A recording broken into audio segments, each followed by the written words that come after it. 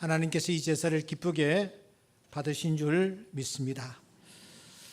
언젠가 제가 얘기한 바 있지만 저는 요즘 TV를 거의 켜지 않습니다. 그리고 모두들 좋아하는 유튜브를 제가 열지를 않습니다. 신문을 끊은 지는 꽤 오래되었습니다. 제가 그때 그 얘기를 하고 나니까 어떤 분이 저에게 이렇게 얘기했습니다. 아니 목사님, 세상 사는 재미가 거기에 있는데 그거 보지 않고 듣지 않고 어떻게 생활하세요? 저는 그게 낙입니다. 그렇게 얘기하시더라고요. 그래서 제가 빙그레 웃으면서 돌아서며 섰습니다. 그리고 혼자서 이렇게 중얼거렸습니다. 술이나 담배에 치던 사람이 중독이 되면 아니 술을 안 마시고 담배를 안 태우고 어떻게 살 수 있단 말인가? 그렇게 질문을 하지만 한번 끊어보라고. 술, 담배 같은 이 중독성 있는 것들을 한번 끊어보면 그 뒤에 나타나는 세계가 얼마나 예기치 못하는 탁월한 세계인지 맛볼 수가 있다고. 얼마나 신선하고 깨끗하고 또 내리가 맑아지는지 느낄 수 있을 것이라고 그렇게 제가 생각을 해드렸습니다. 이렇게 TV 얘기를 하다 보니 이전 일이 생각이 납니다. 저는 그때 TV를 볼 때에 제일 즐겨본 TV 프로그램이 동물의 왕국이었습니다. 동물의 세계를 통해서 깨닫는 바가 컸기 때문입니다. 사실 넓은 의미에서 인간도 동물의 범주에 들어가지 않습니까? 그러므로 동물의 세계에서 펼쳐지는 여러 가지 일들 또 얘기들이 오늘 우리에게 시사하는 바가 적지 않다고 생각합니다. 그래서 저는 동물의 왕국을 자주 시청하곤 했습니다. 동물들이 살아가는 여러분, 자기네들의 그 집단 내에서 서열을 정할 때에 그 서열이 어떻게 정해지는지 아십니까? 우열을 정할 때에 어떻게 해서 질서 있게 우열이 정해지는 줄 아십니까? 제가 이 부분에 관심을 가지고 유심히 살핀 적이 있습니다. 종마다 다르기는 하지만 크게 보면 5가지의 요소들이 작용하고 있는 것을 확인할 수가 있었습니다. 첫째는 신체적 힘과 크기입니다. 포유류들, 사자나 늑대들 말입니다. 이들이 처음 이렇게 맞닥뜨릴 때에 경쟁을 합니다. 싸움을 합니다. 힘 겨누기를 합니다. 이런 것들을 통해서 서열이 정해집니다. 그래서 덩치가 크거나 힘이 센 개체가 보통 그 공동체의 우두머리가 되는 것을 볼 수 있었습니다. 두 번째로는 사회적 기술입니다. 침팬지 아시죠? 이 침팬지와 같은 것은 단순한 힘 가지고는 우두머리가 되지를 못합니다. 동명관계 맺기가 굉장히 중요합니다. 설령 힘이 약하고 체격이 달린다 할지라도 지혜롭게 다른 개체들과 협력을 하면 집단 내에서 서열이 팍팍 올라가는 것을 볼 수 있었습니다. 세 번째로는 번식력입니다. 얼마나 자식을 많이 두느냐이죠. 번식을 많이 하느냐, 그게 그 개체의 힘이 되는 것입니다. 후손을 많이 두는 개체가 자연스럽게 리더가 되는 것입니다. 성경도 이렇게 말합니다. 자식은 여호와의 주신 기업이요 그것이 전통에 가득한 자는 복이 있도다.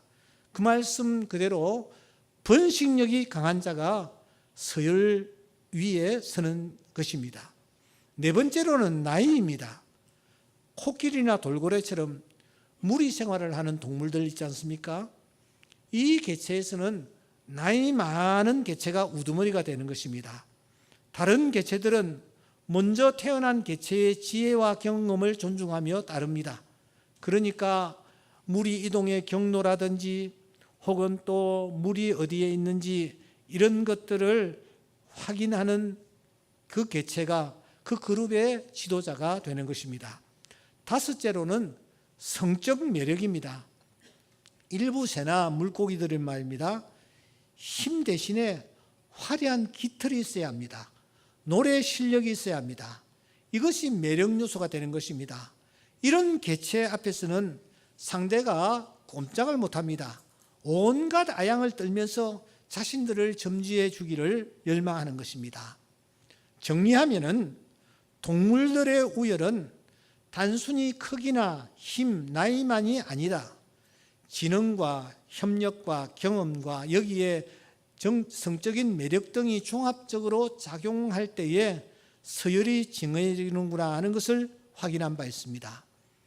그러면 사랑하는 여러분, 인간 세계의 서열은 도대체 어떻게 정해질까요? 동물의 세계와 별반 다르지 않습니다.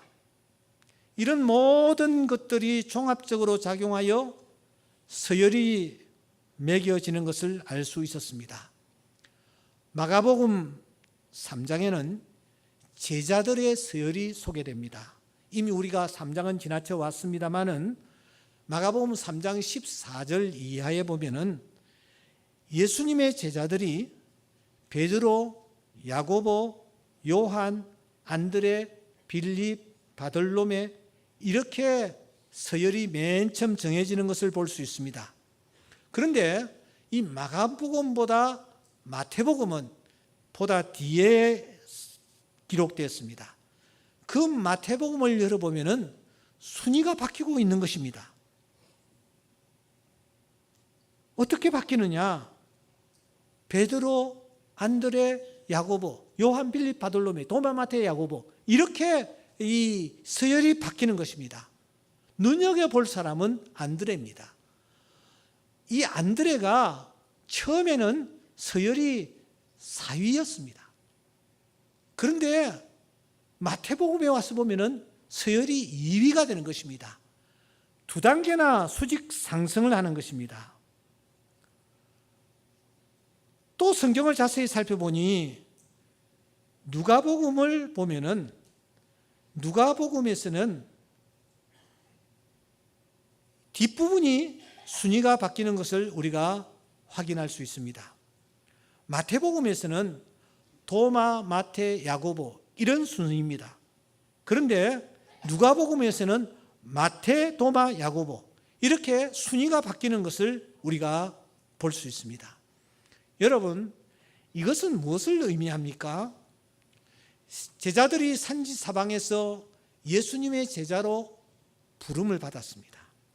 처음 다들 만났습니다. 그들이 한 공동체를 이루었을 때에 그들 사이에 서열 다툼이 치열했다라는 것을 알 수 있는 것입니다. 이들은 그 무엇보다도 이 서열 부분에 무척 예민했습니다.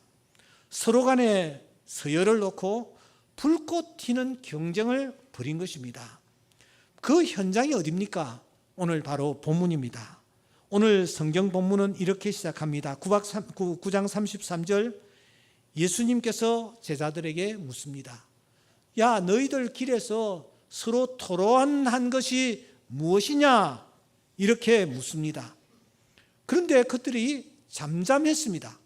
왜 잠잠했느냐?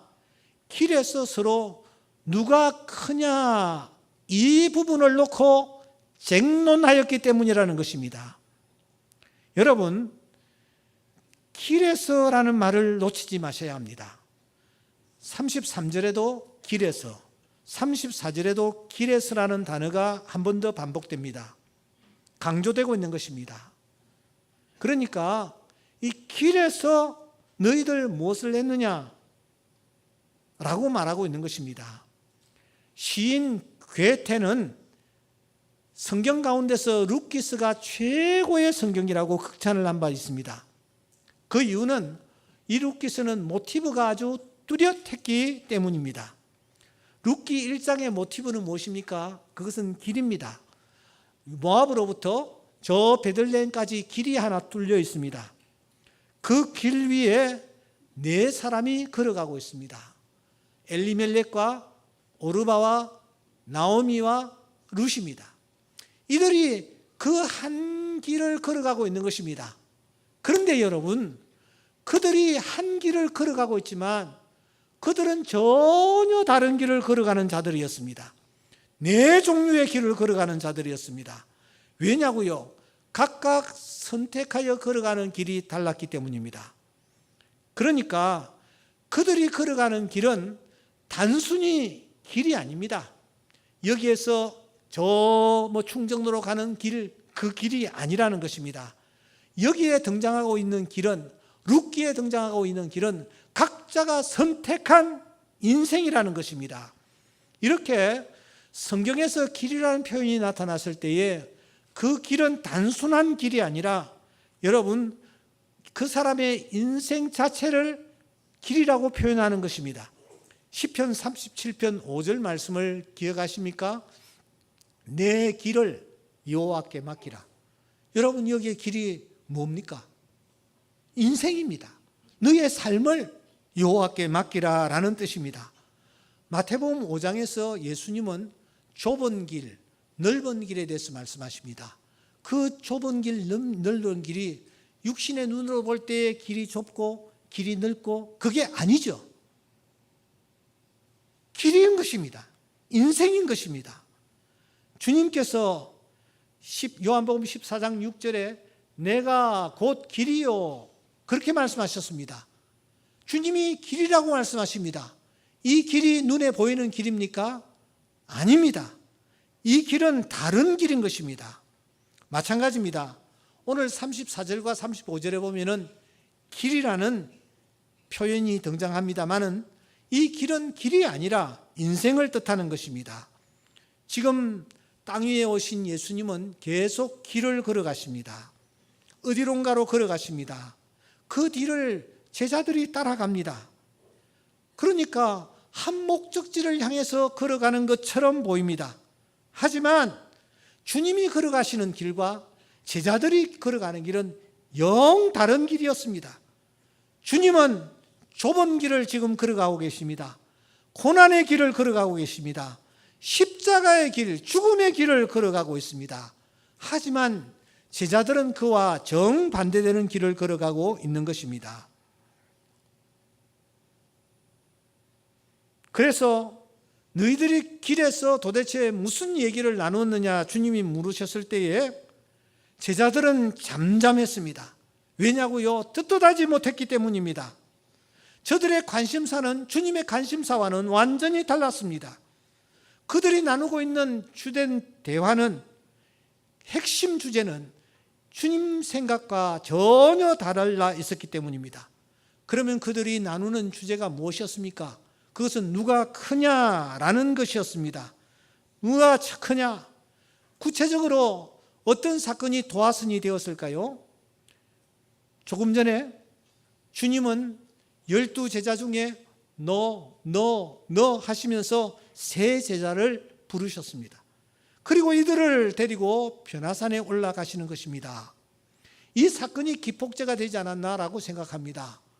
아니 12명을 제자로 삼으셨는데 예수님이 그 가운데서 세 사람만 선택하여 올라가시는 것 아닙니까? 남아있는 9명들은 여러분 입술이 이만큼 나와가지고 지금 올라간 예수님 제자들을 놓고 뒷담화를 하는 것입니다. 아니 우리도 같은 제자인데 왜 예수님이 세 제자만 특별히 애지중지하시는가? 왜 그들만 데리고 올라가시는가? 불평을 내놓기 시작합니다. 모두 다 남아있는 자들이 동조를 합니다. 그래서 예수님에 대해서 그렇게 하는 예수님은 부당하다라고 삿대질을 하고 있는 것입니다. 같이 예수님과 올라갔던 세 제자, 이 제자들은 어깨가 으쓱했습니다. 우리가 선택받았다. 저 아이들보다 우리가 나으니까 주님이 우리 셋을 데리고 올라가시는 것 아닌가? 하면서 그들은 또 어깨가 으쓱하며 주님을 따라 올라갔습니다. 주님께서 희한한 영광을 보여주십니다. 그리고 난 뒤에 제자들에게 당부하십니다. 여러분 9장 9절을 보시면은 엄히 당부하십니다. 너희들 여기에서 보았던 것, 경험했던 것, 이것 얘기하면 되지 않아. 조용히 해 하고 엄의당부를 하십니다. 그런데 내려온 제자들 입이 간지러웠어.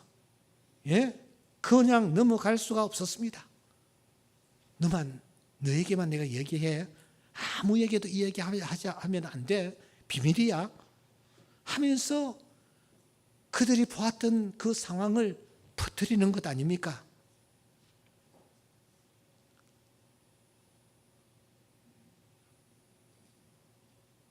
이런 과정을 통해서 불림을 받았던 세 제자는 자기네들이 큰 자라고 생각했을 것이고, 남아있는 9은 자기 나름대로 또한 여러 가지 이유들을 들이대면서 절대로 우리가 저 사람들에게 뒤처지는 자가 아니라고 자위했을 것입니다. 열변을 토했을 것입니다. 이 과정을 쟁론이라 표현하고 있습니다. 우리는 앞에서 서기관들에게 변론이라는 단어가 동원되는 것을 확인한 바 있습니다. 변론이라는 단어가 무엇입니까? 이 변론이란 도대체 험악한 말로 상대를 향하여 뒷담화하며 말을 퍼뜨리는 것을 말합니다. 쟁론은 이보다 더 강합니다. 쟁론은 변론보다 더 강한 뜻으로 쓰이고 있습니다.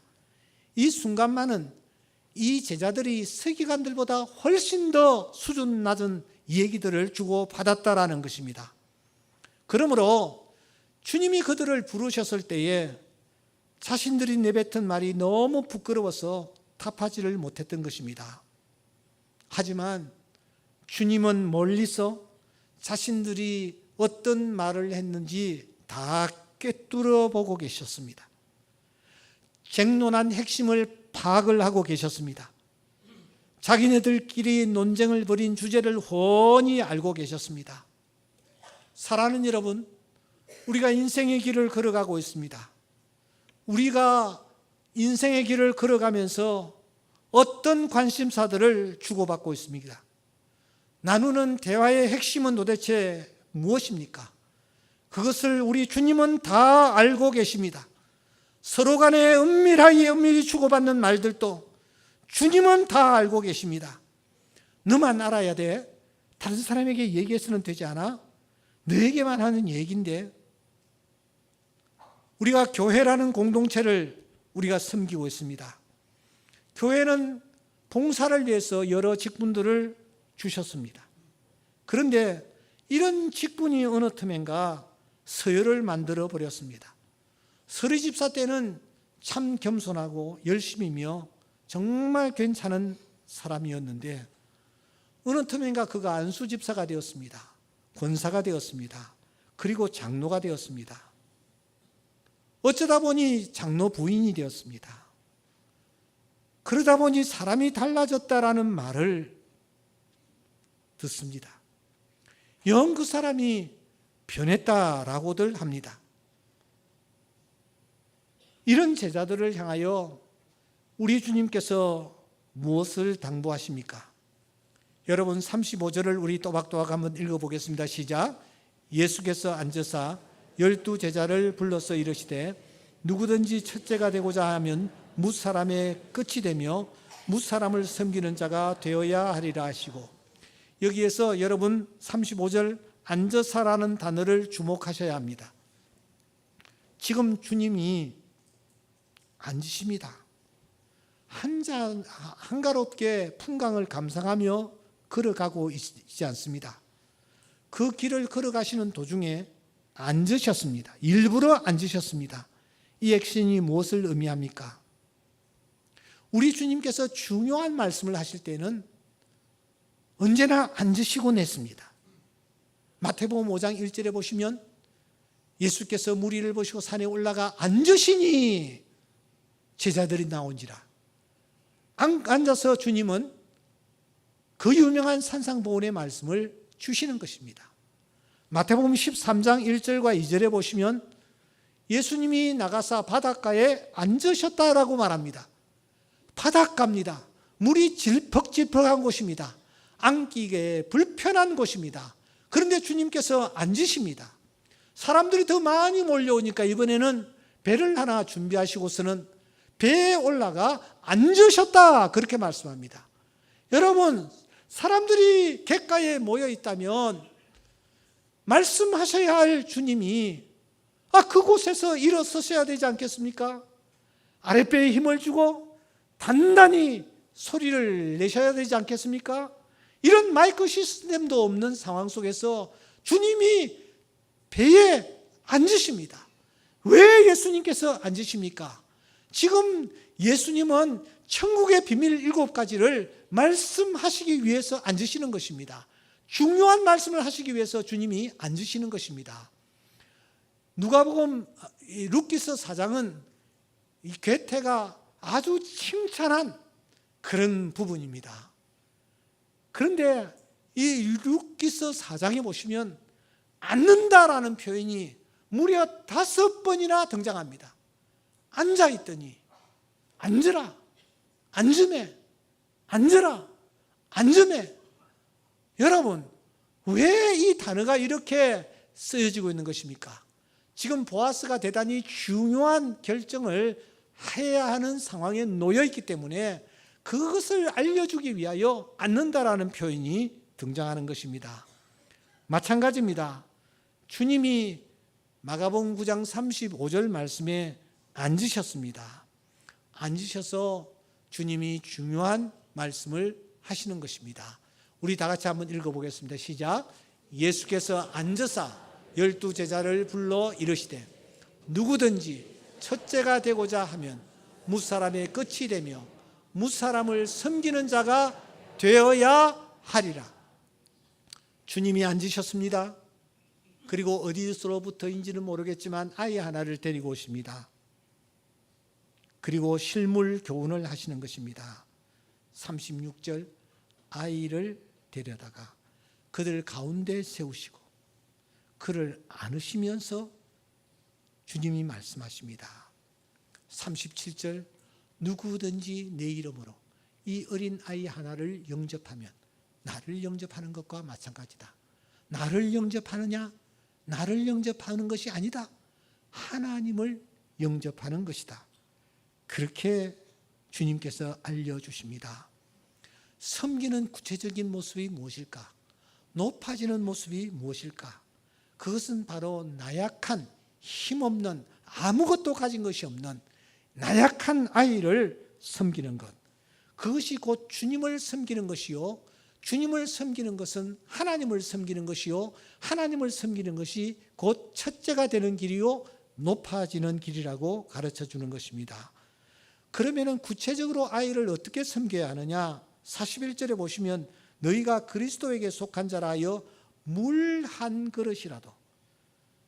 주님은 어려운 요구를 하지 않습니다. 물 한 그릇이라도 좋다. 아주 쉬운 말씀을 합니다. 물 한 그릇을 대접하는 그 일로도 얼마든지 큰 일을 할 수가 있다. 얼마든지 큰 사람이 될 수가 있다. 하나님의 칭찬과 상급을 받을 수 있다.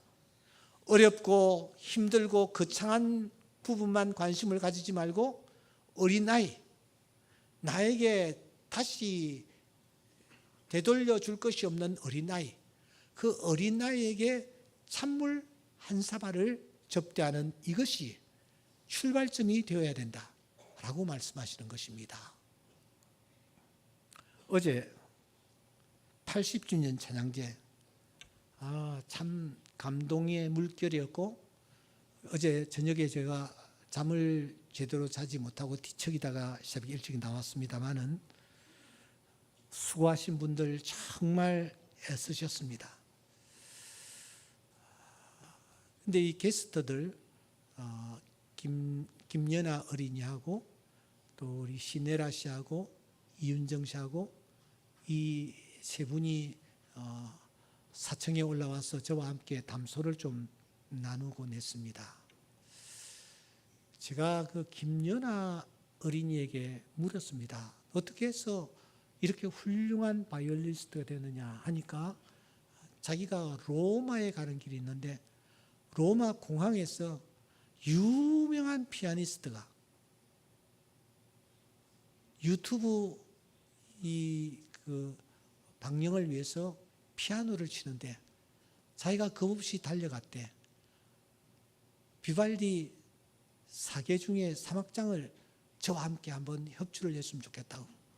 그러니까 그 당돌한 꼬마 얘기를 그분이 듣고서는 그래 한번 해보자 하고서는 그 자리에서 연주를 했는데 이것이 유튜브를 타고 무려 1억 뷰 이렇게 그 방영이 된 것 같습니다. 일약 스타가 된 셈이죠. 그래서 제가 물었습니다. 너 예수 믿니? 나는 당연히 예수 믿을 줄 알았어요. 근데 이 애가 하는 얘기가 저는 교회 안 나가요 그러는 거예요. 그래서 좀 마음이 짠했습니다. 예수 믿었으면 참 좋겠는데 시네라 저 탤런트가 자기 얘기를 하는데 그 옆에 그 매니저처럼 여자분이 하나 같이 왔어요. 그래서 매니저시냐고 하니까 자기가 매니저가 아니래. 그래 도대체 그러면은 누구시냐 하니까 저는 아나라는 단체에 있는 직원인데 시네라 씨를 따라왔다고. 아나가 뭐냐 하니까 You are alone. You are not alone. You are not alone. 예, 너 혼자가 아니야 라는 단체래. 그 어떤 단체냐 하고 물으니까 우리나라에 본의 아니게 버려진 아이들이 참 많이 있지 않습니까? 이 아이들이 어찌하여 고아원까지는 갑니다. 고아원에서 이제 자라는 거예요. 다른 친구들과 같이 성장하겠죠. 그러다가 18살이 되면 이유 없이 그 보육시설에서 나가야 된대. 내침을 당하는 거야. 어느 순간 그들은 잘 곳도 없고 먹을 것도 없는 이 차가운 세상에 던져지는 겁니다. 내가 혼자구나. 그렇게 하여 힘들게 이 청소년기를 보내는 그런 사람들이 우리나라에 한 2만 명 정도가 있대요. 그런 사람들을, 그런 젊은이들을 찾아서 도와주는 단체래. 그 일을 위해서 시네라 씨가 홍보대사가 되어서 그런 좋은 일 하는 것들을 이렇게 알리고 또 성금도 받고 하는 그런 일을 하는데 이제 출연료 같은 것들도 그 단체에 바로 갈 수 있도록 그렇게 한다라는 겁니다. 근데 가까이서 보니까 시네라 씨가 50이 넘었는데 얼마나 얼굴이 맑은지 선한 일을 하고 있는 분의 모습을 확인할 수가 있었습니다. 그 순간 제가 1990년대 히트를 했던 김수희 씨의 애모라는 노래가 떠오르는 거야. 김선영 교수님 한번 일어서서 불러볼래? 애모 몰라? 진짜 몰라?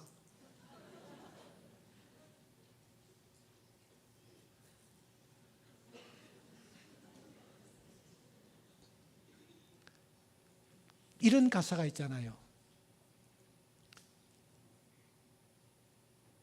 당신 앞에만 서면 나는 왜 작아지는가.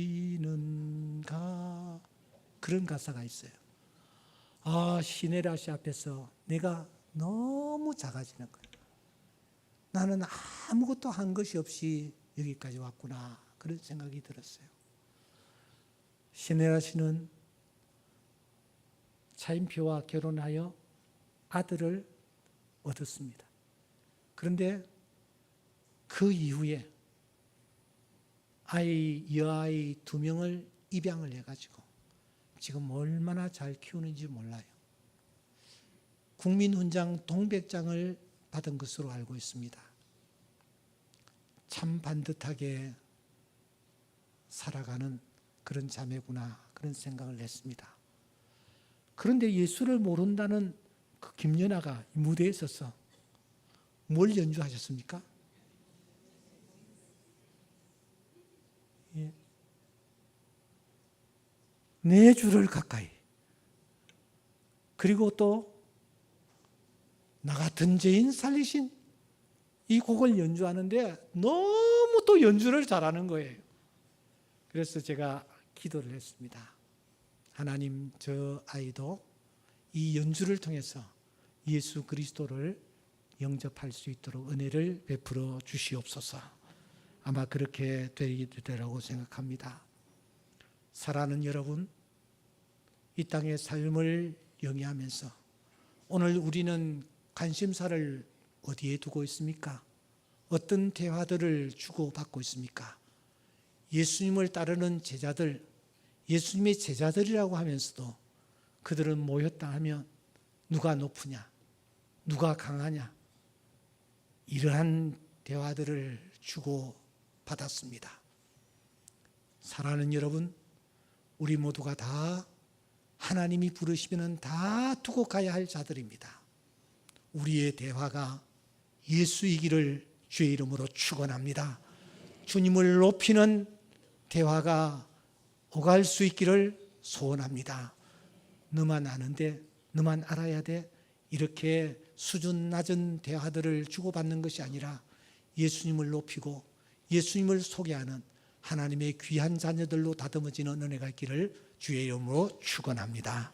기도드리겠습니다. 거룩하신 하나님,